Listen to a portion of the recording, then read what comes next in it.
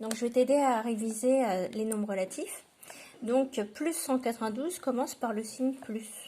Donc du coup c'est un nombre positif.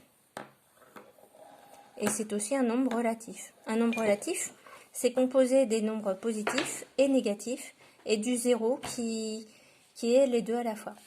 La partie numérique de moins 1,07, donc c'est la partie sans le signe.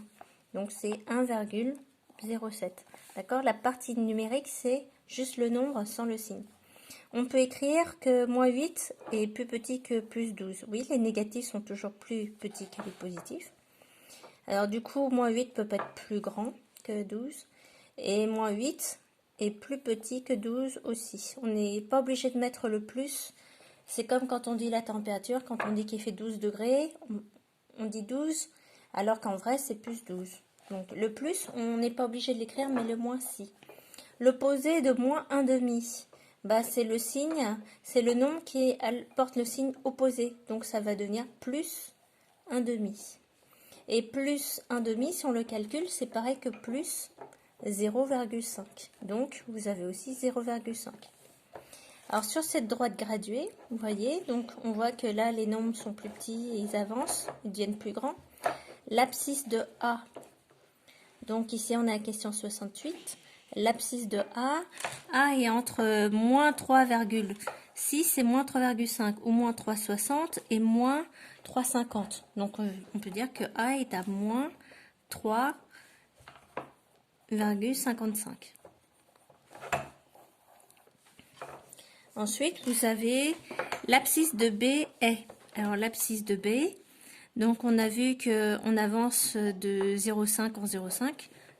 Donc ici c'est moins 3,45 et là c'est moins 3,40.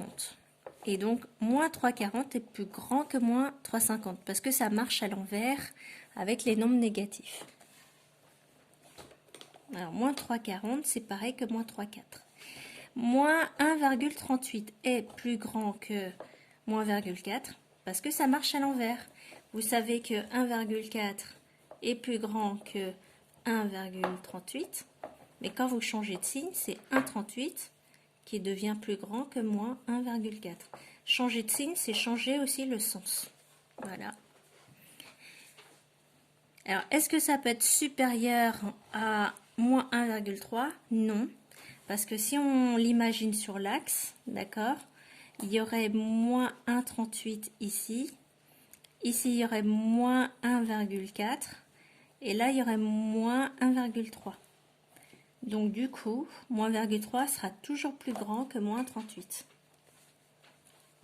Ces nombres sont rangés dans l'ordre croissant. Alors, voyons voir. Ici, oui. D'accord, parce que les négatifs sont dans l'ordre inverse, donc moins 2, moins 4, moins 4, 1. On voit bien qu'on s'enfonce par là, vers les nombres plus petits, infiniment plus petits. Et après, on a les positifs. Ici, non, ils ne sont pas rangés dans l'ordre croissant, puisqu'on a des positifs et des négatifs derrière.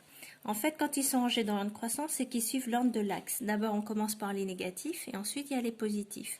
Et les négatifs, il faut les mettre à l'envers de l'ordre des positifs. Donc, moins 4, 1 va être plus petit que moins 4, moins 2.